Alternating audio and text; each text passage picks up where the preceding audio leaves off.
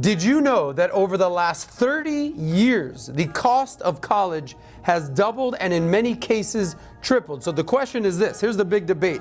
Is the value that you receive in terms of an education, has that doubled or even tripled? So that is the debate that we're gonna have today. Let's talk money. All we talk is money. All we talk is money. All we talk is money. All we talk is money. Welcome to Soz Talks Money on Valuetainment Economics. I'm your host, Adam Sosnick, and I'm here to help you build your wealth and save that money. The question of the day is college worth it? Today we're going to be covering three overall topics. Number one, a breakdown of the numbers. Number two, the tale of the tape, college versus no college. And number three, who should do what? So with that being said, let's get right into the numbers. Here's a couple quick points for you. Obviously, since the internet is everywhere, social media has completely blown up over the last 10 years. The cost of college has doubled, if not tripled, over the last 20, 30 years. And then last but not least, student loan debt has completely skyrocketed. People are basically saying, I don't know about this college thing, man. I'm not so sure. So people are questioning the status quo. Well, and in fact, for the 7th year in a row, enrollment in college has gone down, down, down, down, down. 7 years in a row now. People saying, I'm not sure if I need to go to college anymore. That takes us to where we are today during COVID. Let's break down some of the numbers regarding COVID. Now during COVID, 64% of classes are doing a hybrid approach, that's in person and online. 32% are completely, fully online, and only 4% are in person. But here's the catch. Tuition has stayed exactly the same. Now, what are your thoughts on that? You're going to college, you're paying the exact same price, but you're not getting the in-person education that you typically would. Do you think colleges should lower their price? Is it fair that it's still the same? That's what's going on today during COVID. Now let's just talk about the overall cost of college. Now, when we're talking overall cost, we're talking tuition, we're talking room and board, we're talking books. This is all in numbers for 2020. Now, the cost of college for a public two-year college, a community college, or a JUCO as it's called in many cases, is $12,000 a year. That's for a 2-year. A public 4-year, it costs $22,000. That's for in-state tuition. And if you're going to be paying out-of-state tuition, that's going to cost you $38,000 a year. Now, here's the big one. A private 4-year university will cost you $50,000. What are your thoughts on the cost of college? All these numbers I just told you were per year. So if you're talking in-state, that's 22 times 4, you're at $88,000 for an education. If you're talking 38 out-of-state times 4, that's over $130,000. And for $50,000 per year, that's $200,000 for a 4-year private education. That is a lot of dough. Moving on, what state costs the most to go to college? Well, that's Vermont. Are you listening to me, Bernie Sanders? Your state costs the most. What state costs the least? That's North Dakota. Go Bison. As I said before, the cost of college has gone up, up, up. Education has stayed pretty much the same. What are your thoughts on that? I'd love to hear a comment below. Now let's talk about the big elephant in the room, which is what? Student loan debt. Do you know how much student loan debt in this country is now? Well, it's $1.6 trillion. That's a lot of dough. And that is spread over 44 million Americans. So if you don't have student loan debt, that more than likely means your friend or your best friend or your neighbor definitely has student loan debt. Now, 70% of college students borrow when they go to college, 70%, and over 90% take out federal loans. That's a big number right there. Last but not least, the average student loan amount in this country per person is $35,000. Now, just breaking that down, only 3% have over $100,000 in student loan debt. That's no joke. And only 1% have over $200,000. So the average $35,000 that we're talking about. Now, one more thing of major importance is what major you decide to get a degree in. And we're going to break down what majors pay the most and what majors pay the least. That's coming your way shortly. Also, another theme throughout this episode are going to be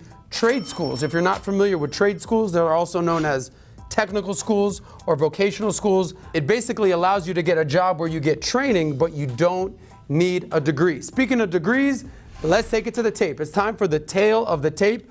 Going to college versus not going to college. Now, since on this show, all we talk is money, let's start with the big one first, which is salary. Now, it's no secret that if you get a degree, your salary tends to be higher. Now, on average, the starting salary for a college graduate is $50,000, and over the course of a lifetime, you're talking on average $78,000 for a college graduate. Now, if you only have a high school degree, your average starting salary is $30,000, and over the course of your lifetime, you're going to average $45,000. That's a big difference. Well, how big? Now let's talk about lifetime earnings. If you get a college degree, you're going to make $2 million or more over your lifetime. Now compare that to if you only have a high school degree, you're on average going to make only $1 million over your lifetime. So that's more than double if you have a college degree. So for people that say getting a college is overrated, take a look at the big picture, y'all.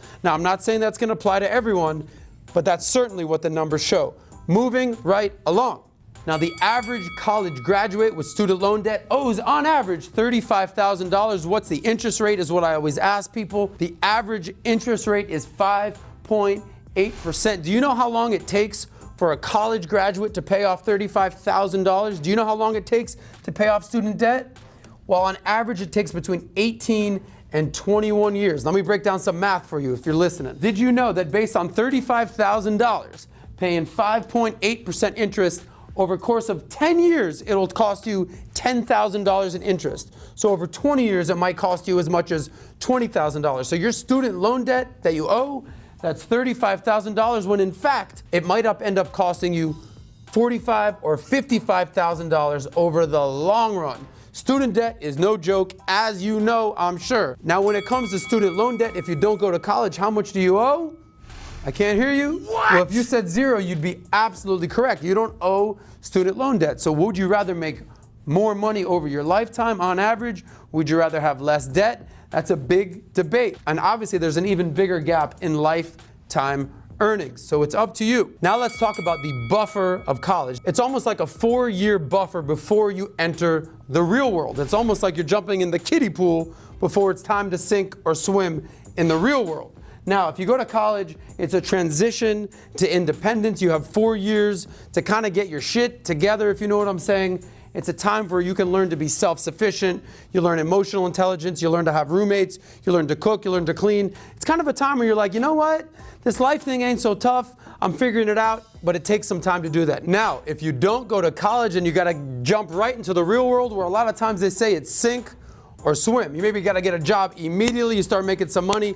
Maybe, just maybe, you're living at home, but you got bills to pay, and that's how it works in the real world. Now let's talk job opportunities. Now, if you go to college, you'll certainly have more options and better opportunities throughout your career. Now, if you don't go to college, it's all good. There's a lot of jobs that no longer require a degree. Well, in fact, a lot of major tech companies, we're talking Google, Apple, IBM, Netflix, Microsoft, have all basically come out and said, well, degrees no longer required. Want to know why? Because skills pay the bills. You don't necessarily need a degree for a lot of jobs out there. Now, on top of that, let's talk about trade schools. Trade schools can be a major asset for a fraction of the cost of what it costs to go to a 4-year school. Now, when you're talking trade schools, on average, you're talking 8 months to 2 years to become a specialist in a very specific trade. Now, I'm going to give you a list right now of the highest paying trades. Here's the list.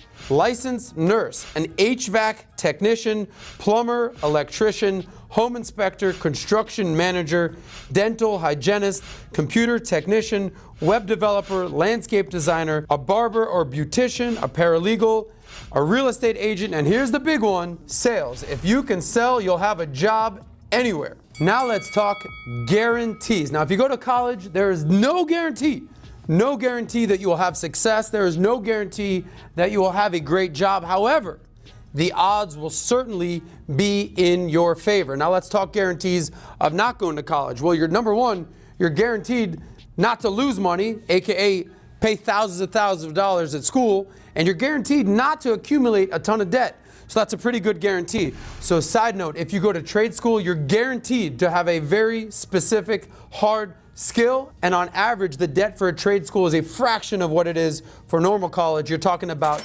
$10,000. So not a big investment to learn a trade. Now let's talk opportunity cost or speed to market. Now, if you go to college, that's 4 years of paying tuition.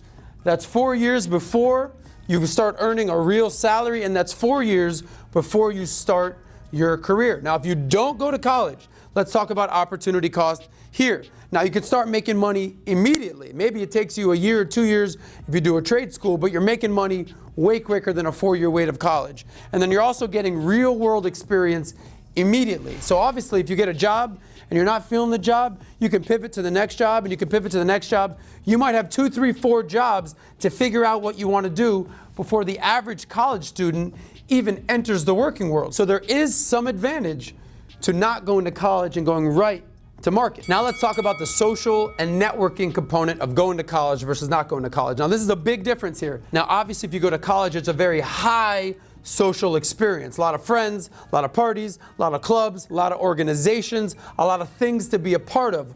There's an alumni network, there's connections galore, and there's part of a college culture. This is a big, big thing. I went to Florida State University. I did not learn a lot, quite frankly, but I'm still best friends with a lot of people I met throughout college. So connections galore. That's something that you might not get if you don't go to college. Now here's the thing with social and networking if you don't go to college.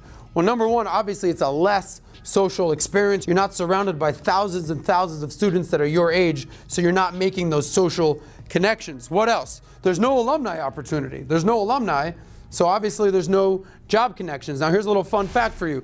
Did you know that 70% of all jobs are done through networking? 70% done through networking. So what am I telling you?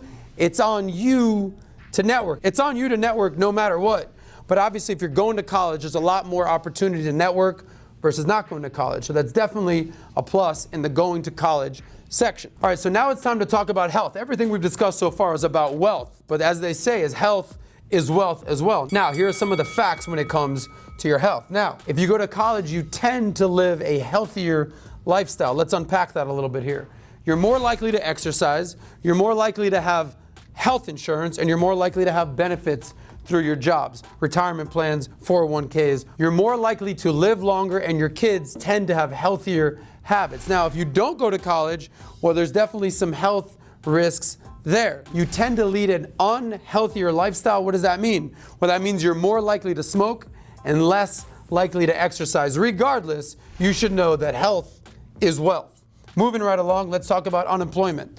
Now, obviously before COVID, this was a big thing. Now with COVID, unemployment has skyrocketed, but pre-COVID, the average unemployment rate for a college graduate was 2.2% versus 6.5% for a high school graduate. So that's a big plus for the college graduate. Obviously, unemployment is a big deal. The X factor when it comes to college is if you finish what you've started. A couple quick facts for you. Did you know that only 58% of college students actually earn a degree, which means over 40% drop out? Did you hear me right? Over 40% drop out. So if you're gonna go to college and pay all this tuition and rack up debt and you do not finish what you've started, it's probably best to avoid going to college. Now, what's the X factor if you don't go to college? Well, you have opportunities galore. You don't just need to go right from high school into the real world. What are your options? Well, we discussed trade school,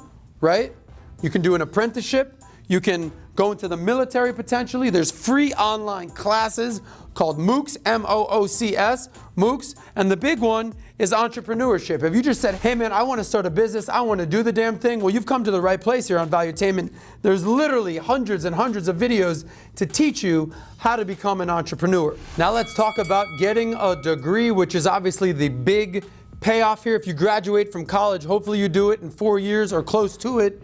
You get what is known as a diploma that pretty much validates everything you've done over the last 4 years. Now, when you're talking college and you're talking degrees and you're talking diplomas, let's talk about ROI on your investment, because that's why you're going to school, is to get the big payoff. Now, here are the majors that pay the most. You got engineering, computer science, math and sciences, business, social sciences, humanities, agriculture, and communications. Now, there are some majors that don't pay as well. Now, here are the majors that pay the least. You got drama and theater, fine arts, music, studio arts, visual and performing arts, neuroscience, art and music education, and early childhood education. Now you listen to me and you listen to me good. Do not let not having a diploma stop you from achieving your dreams. Diplomas don't pay the bills, skills pay the bills. So that was the tale of the tape. Now that we factored in college versus not going to college,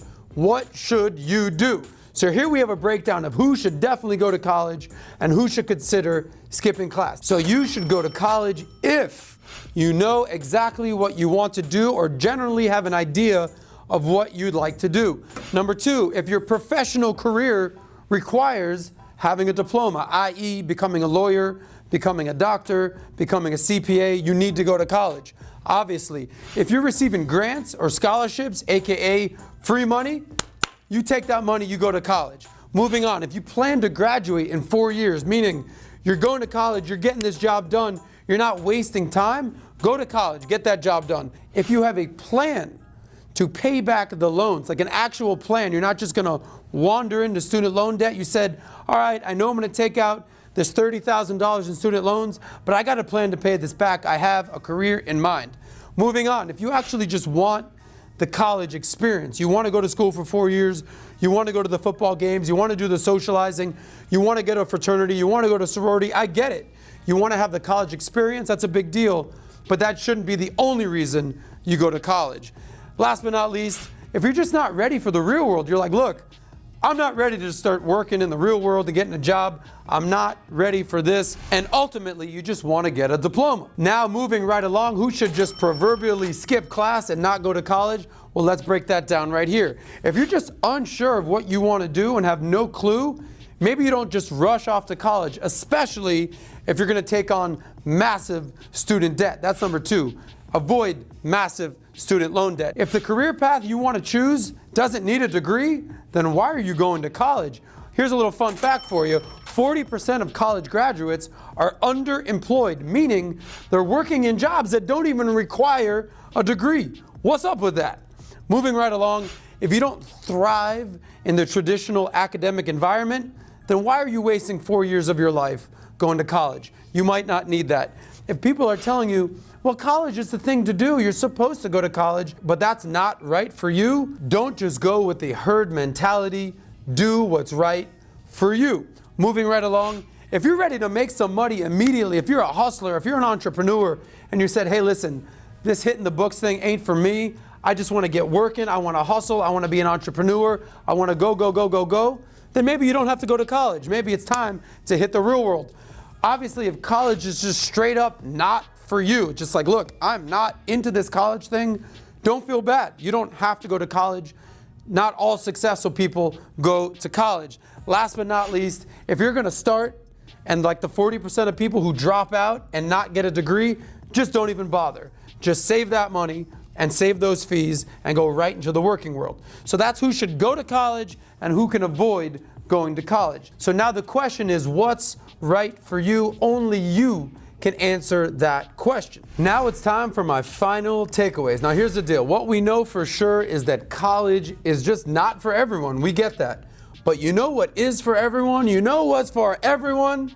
Learning, being smart, and being educated. Learning does not stop after college. In fact, I've learned a lot more since college than during college. That's for sure. Never stop learning. Now, how can you stay learning? Well, these days, online, the internet, podcasts, books, all of that stuff. And most importantly, if you just consume the content on Valuetainment, there's content galore that is guaranteed to make you smarter and wealthier. That's for sure. Moving right along, what else can you do? If you're not sure of exactly what you want to do, you know what you can do? You can reverse engineer success. You can eliminate the things you know that you don't want to do. But at the end of the day, you know what you should focus on? Becoming a specialist. One of the things they say is that the riches are in the niches, meaning a jack of all trades who does a bunch of different things very rarely finds success.